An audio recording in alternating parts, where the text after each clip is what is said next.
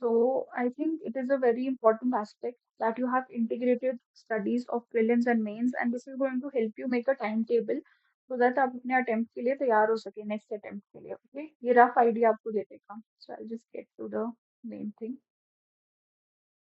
वो अगर आप प्रीलिम्स के बारे में देखें, ओके, प्रीलिम्स में हम देखिए जीएस के क्वेश्चंस होते हैं 2013 से. आइडियली हमें सॉल्व करने चाहिए ये क्वेश्चंस, तो ये अराउंड आपको 1300 बनेंगे.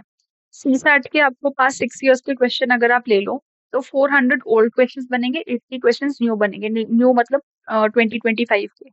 ओके.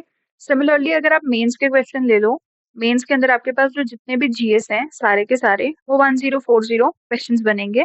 ऑप्शनल के मैंने जो क्वेश्चन 1 और 5 होता है, मेरा एंथ्रोपोलॉजी ऑप्शनल था, तो question 1 and question 5 is actually compulsory questions होते हैं ये, and they have smaller questions, तो मैंने उनको एक पर्टिकुलर एक बड़ा क्वेश्चन कंसिडर करा है और बाकी छोटे क्वेश्चंस को इंडिविजुअल क्वेश्चंस कंसिडर किया है.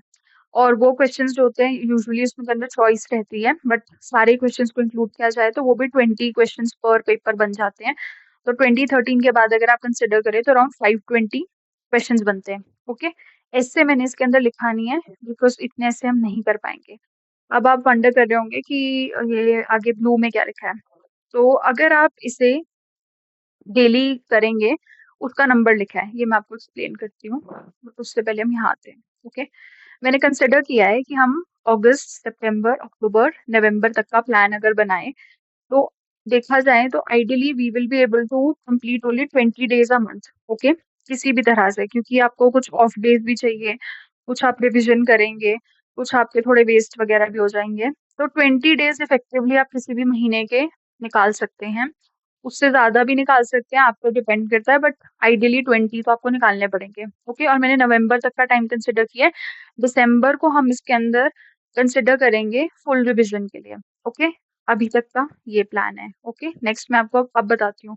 तो अगर आप इसे कंसिडर करेंगे, ये आपके टोटल 80 डेज बन रहे हैं. ठीक है.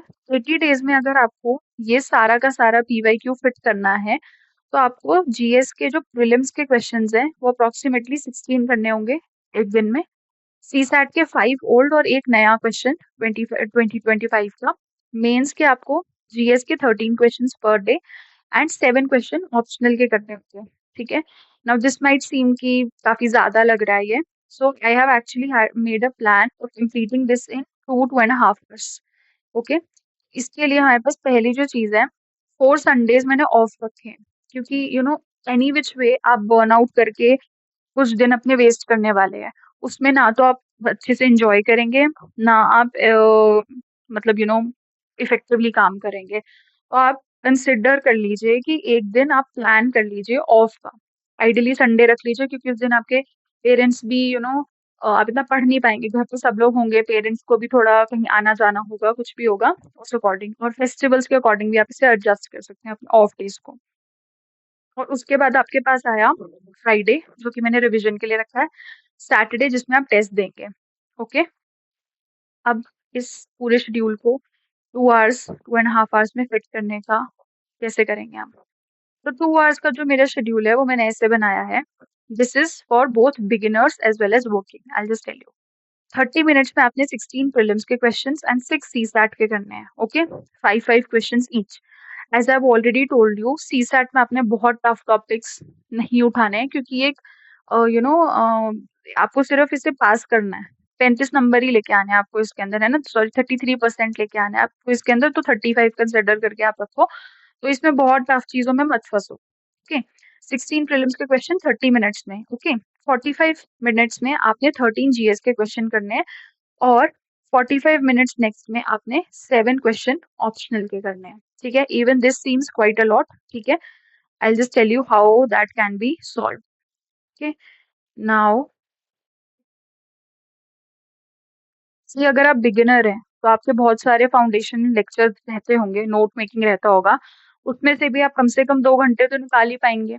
अगर आप वर्किंग प्रोफेशनल है तो भी आप कम से कम 2 घंटे तो निकाल ही पाएंगे, राइट. अगर आप इनमें से बीच के टाइम पे, यानी कि आप वर्किंग भी नहीं है, उसके साथ साथ आप क्या बोलते हैं कहीं आप अपना फाउंडेशन कोर्स भी कंप्लीट कर चुके हैं, तो आप इसको ज्यादा टाइम दे सकते हैं और ज्यादा अच्छे से इसको कर सकते हैं। प्लस मैंने इसके अंदर थोड़ा सा टाइम रखा है, 30 minutes to 1 hour, depending on आपकी कितनी प्रेपरेशन है न्यूज़पेपर के लिए। इसको मैंने एक एसेंशियल में काउंट नहीं करा है, क्योंकि एनीवे न्यूज़पेपर और करंट अफेयर्स इतना बड़ा होता है कि आप पूरा कंप्लीट ही नहीं कर पाते हैं। तो इसको अगर आप वीकेंड स्टडी पे रखना चाहें तो वो भी आप कर सकते हैं। जिस भी तरह से आप करंट अफेयर्स कवर करते हैं, आपकी मर्जी है। Okay, now coming back to how do you cover 16 prelims questions, ये तो फिर भी हो जाएंगे। 13 जीएस के क्वेश्चंस एंड 7 ऑप्शनल के। I tell you about this mains वाला question first. Okay, now here I have open a website. Okay, and यहाँ पे आपको सॉल्व क्वेश्चंस मिल जाएंगे। ओके, सॉल्व क्वेश्चंस मिल जाएंगे आपको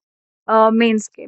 ओके, अब आप, क्योंकि आपकी आंसर राइटिंग थोड़ी न्यूआंस नहीं है, आपने क्या करना है, कुछ भी सॉल्व क्वेश्चन आपने 1 मिनट का टाइमर लेना है, क्वेश्चन पढ़ना है और सोचना है कि मैं इसमें क्या लिखूंगा। ओके, उसके बाद आपने बाकी के टाइम में इस क्वेश्चन को पढ़ना है कि एक्चुअली क्या लिखा हुआ था मॉडल आंसर में। ठीक है, so let's just say this question: terrorism has become a significant threat to a global peace and security. Evaluate the effectiveness of UN Security Council Counter-Terrorism Committee and in its associate bodies in addressing and mitigating this threat at the international level. Okay. अब आप इस question को पढ़ेंगे तो सबसे पहली चीज आपको क्या समझ आएगी कि आपको टेररिज्म के बारे में एक्सप्लेन करना है कि वो थ्रेट कैसे है, फर्स्ट पार्ट। सेकंड, आपको इवैल्यूएट करना है कि यूएन सिक्योरिटी काउंसिल की काउंटर टेररिज्म कमिटी किस तरह से इफेक्टिव है और एसोसिएट बॉडीज किस तरह से इफेक्टिव है। फिर कुछ चैलेंजेस आपने लिखने हैं और उसके बाद आपने वे फॉरवर्ड करके इस क्वेश्चन को एंड करना है। फर्स्ट थिंग सॉल्व, हमें स्ट्रक्चर पता चल गया क्वेश्चन का।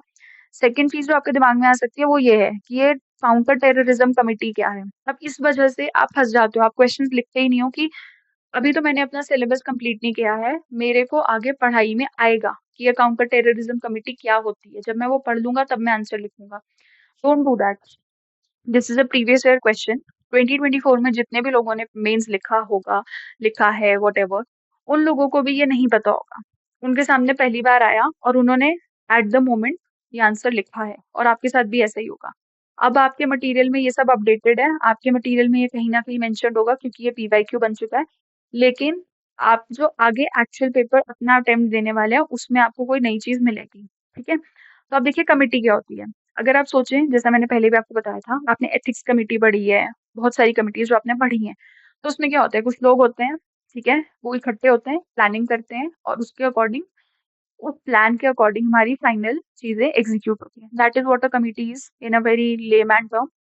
यूनाइटेड नेशन सिक्योरिटी काउंसिल भी आपको पता है, पार्ट ऑफ यूएन, ठीक है, one of the organs of UN. And you know security council है, इनके जो फैसले रहते हैं वो मानने पड़ते हैं, राइट।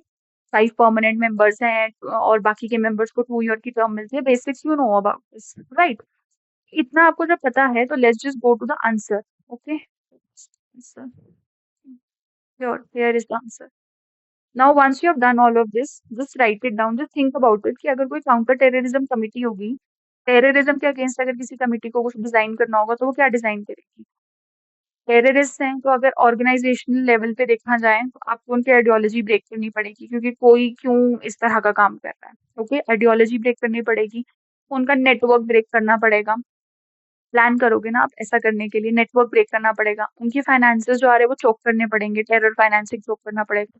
जो कंट्री उसको सपोर्ट कर रही है उसके अगेंस्ट आपको एक इंटरनेशनल आवाज उठानी पड़ेगी, right. At the same time आपको उस कंट्री को सपोर्ट भी करना पड़ेगा ताकि वो अपनी कंट्री से इस तरह के एलिमेंट्स को एलिमिनेट कर सकें, राइट। सोशियो इकोनॉमिक आपको अपलिफ्टमेंट करनी पड़ेगी।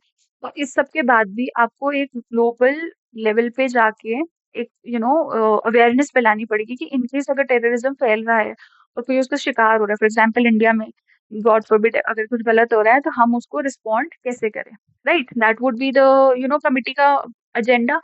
क्योंकि ये यूनाइटेड नेशन सिक्योरिटी काउंसिल की है तो बाकी कंट्रीज को सपोर्ट करती होगी, समथिंग लाइक दैट। ठीक है, अब आपके पास एक रफ आइडिया आ गया है, तो let's just go and see the answer. अब आप ये आंसर देख रहे हैं। I didn't tell you about Mumbai attacks, I didn't tell you about ISIS, Syria, Iraq, Paris bombing. ये चीजें आप यहाँ से ले सकते हैं, बट आप देखिए स्ट्रक्चर वही है, political instability, economic disruption, global threat, recruitment through radicalisation, human rights violation, ये सब आपके पास वही है, सामान सारा का सारा वही है। अब यहाँ से ये सब चीजें उठा लीजिए। आपको इनिशियली थोड़ा सा टाइम लगेगा, बट एक बार आप ये पढ़ते जाएंगे तो आपको आदत पड़ती जाएगी कि किस तरह से पीवाईक्यूज को सॉल्व किया जाता है। Let's take another one. Okay, this one, This talks about Central Asian republics. Critically analyze India's evolving diplomatic, economic, and strategic relation with Central Asian republics. Highlight their increasing significance in regional and global geopolitics. अब Central Asian republics हमें सबको पता है नाम कौन से हैं इनके, कैपिटल्स पता है, बट मेन चीज क्या है? अगर आपने थोड़ा सा हिस्ट्री में पढ़ा होगा, थोड़ा सा आपने इंडिपेंडेंस में पढ़ा होगा, थोड़ा आईआर में पढ़ोगे कि सेंट्रल एशियन रिपब्लिक से इंडिया का कनेक्ट टूट गया, जिसकी वजह से हमारा ट्रेड जो है वो बहुत ज्यादा सफर किया। इंडिया किसी जमाने में जब ट्रेड पे सबसे ज्यादा राज करता था, इंडिया और चाइना बोथ, वो सेंट्रल एशिया के थ्रू ही यूरोप तक पहुंचता था, राइट? और वो हमारा जो ट्रेड रूट है, एटलीस्ट इंडिया का तो ब्रेक हो गया, राइट? तो अगर आप सोचोगे कि इसका क्या क्रिटिकल एनालिसिस इंडिया के इवॉल्विंग डिप्लोमेटिक, इकोनॉमिक और स्ट्रेटेजिक रिलेशन में हो सकता है, तो इसके कितने पॉइंट्स बनेंगे? क्रिटिकली एनालाइज करना है। जब आपके पास क्रिटिकल एनालिसिस आता है, तो आपने सुना होगा क्रिटिक्स, क्रिटिसिज्म, मूवी के क्रिटिक्स होते हैं, तो वो क्या देते हैं? अच्छा और बुरा दोनों देते हैं, ठीक है? तो critical analysis is basically you have to give an analysis both positive and negative. आपको नेगेटिव तो ऑब्वियसली कम लिखना है, पॉजिटिव ही मेनली लिखना है। और इन्होंने खुद ही दे दिया है, डिप्लोमेटिक, इकोनॉमिक, स्ट्रेटेजिक रिलेशन खुद ही दे दिया है। और इंक्रीजिंग सिग्निफिकेंस रीजनल और ग्लोबल जियोपॉलिटिक्स में, ये सारे हेड्स में आपको एड्रेस करना है। स्ट्रक्चर आपको क्लियर हो गया। अब बचा सेंट्रल एशियन रिपब्लिक। अब कोई प्रिपेयर नहीं करके जा रहा है इस टॉपिक को एग्जैक्टली लेकिन अब आपको करना है क्योंकि ये पीवाई की हुआ है। बट मान लो आपने ना किया होता तो आप कैसे करते हैं? डिप्लोमेटिकली आप क्या कर सकते हो? डिप्लोमेटिकली तो रैंडम जो भी आपको लिखना है आप लिख सकते हो, राइट? कि आपका अच्छा डिप्लोमेसी बनेगा तो आपके ह्यूमन रिसोर्सेज डेवलप होंगे, रीजनल स्टेबिलिटी आएगी, ये सब आप कर सकते हो। डिप्लोमेसी नॉर्मल आप जो लिखना चाहो। Economic is the most important, trade route था, हम लोग यूरेशिया को कनेक्ट कर सकते हैं। स्ट्रेटेजिक रिलेशन कैसे होगा? इसकी लोकेशन, क्योंकि यहाँ से आप यूरेशिया में जा सकते हैं, यूरोप में जा सकते हैं, चाइना के साथ कनेक्ट कर सकते हैं, अफगानिस्तान के साथ कनेक्ट कर सकते हैं, पाकिस्तान को बाईपास कर सकते हैं। अब सेकंड लेयर ऑफ क्वेश्चन क्या आएगा इसके अंदर कि अगर हमारे पास ये सब एडवांटेज होती है तो इंडिया को सेकंड एडवांटेज क्या मिलती है? इंडिया को इन द सब कॉन्टिनेंट, क्योंकि जब ट्रेड इंक्रीज होगा, इतने स्ट्रॉन्ग ट्रेड रिलेशन होंगे, तो India in the sub continent एक बहुत बड़ी पावर इमर्ज होके आएगा। साथ में एशिया एज अ बहुत बड़ी पावर इमर्ज होके आएगा, जो कि आपके पास ये आ रहा है रीजनल और global. Asia as a power emerge होगा। एशिया का इकोनॉमिक इंफ्रास्ट्रक्चर और वैसे भी इंफ्रास्ट्रक्चर बहुत ज्यादा स्ट्रांग हो जाएगा। यूरोप के साथ हमारी कनेक्टिविटी इंक्रीज होगी लैंड रूट से।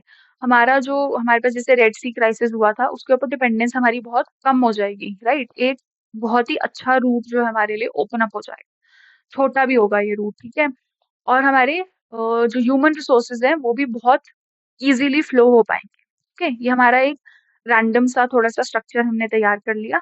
अब let's just see what is written in the question itself, I mean the answer itself. Okay, तो ये हमारा एक्चुअल आंसर है, ठीक है? अब देखो इसके अंदर आपके पास मिलिट्री बेस है ताजिकिस्तान में, ये आपको नहीं पता, ठीक है? ये चीज आप इससे ऐड कर लो। 2 बिलियन पर ईयर हमारे पास कुछ ट्रेड है, हमें नहीं पता, ये आप यहाँ से ऐड कर लो। I hope you got the answer कि किस तरह से आपको इसको यूज करना है। ऐसे करते करते आपका एक एक एप्टीट्यूड डेवलप हो जाएगा इनको सॉल्व करने का।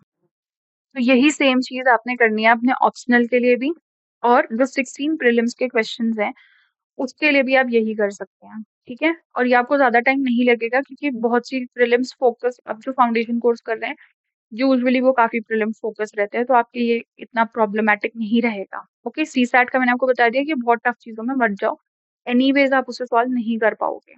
Okay, now the last thing, अगर आपके पास, अब आपके पास ये वाला पार्ट आ रहा है कि हम फ्राइडे को रिवीजन में क्या करेंगे और सैटरडे को टेस्ट में एग्जैक्टली क्या करेंगे। देखिए, फ्राइडे को जब आप रिवीजन करेंगे तो आपने जो कुछ भी अपने कोर्सेज में पढ़ा है, जो भी आप फाउंडेशन कोर्सेज वट जो भी ले रहे हैं या एक्स्ट्रा जो भी पढ़ रहे हैं, वो आप रिवाइज करेंगे। प्लस ये जितना भी है, जो भी आपने क्वेश्चंस करे, 16, 6, 13, 7, ये सब कुछ आप रिवाइज करेंगे। आपको बहुत अच्छे से ये सब आना चाहिए। प्लस इस दिन आप एक मॉक देंगे, ठीक है? प्रीलिम्स का दे दीजिए या किसी का भी, जो भी आपको सूटेबल लगे। एक ऐसे लिख लीजिए जो भी आपको सूटेबल लगे। एक चीज आप एक टेस्ट फ्राइडे को दे दीजिए, ठीक है? सैटरडे को आपने फुल लेंथ टेस्ट देना है, आइडियली या तो प्री का या मेंस का फुल लेंथ। अब देख लीजिए, सपोज आप सोसाइटी पढ़ रहे हैं, आपने सिर्फ इतना पढ़ा what is society, still you have to give an entire test even if you don't know anything at all. Just write it down. Okay, just write it down so that you get in the practice of writing answers and also writing 20 questions in a particular time frame. Okay, and you get in the habit of it. Okay, एक essay लिखना है, एक prelims का mock देना है full length, and एक mains का mock देना है आपने। ओके, संडे को आप कर देंगे ऑफ। अनदर थिंग, ये जो पूरा शेड्यूल है इसमें एक्चुअली 18 डेज आएंगे आपके मंथ के, 18 या 19 डेज आएंगे, तो एक दो दिन आपको थोड़े से एडजस्ट करने पड़ेंगे, right? Now we have this last month which is December. Okay, what do you have to do in December is, दिसंबर में आपको सारा का सारा रिवाइज करना है एंड टॉपर्स कॉपीज वगैरह पे ज्यादा ध्यान देना है। इससे आपका मेंस और प्रीलिम्स काफी हद तक सॉर्ट हो जाएगा। Then when you switch to January, you will be in a very, very good position. Okay. So I hope this helps you. Let me know in the comments down below if you liked it.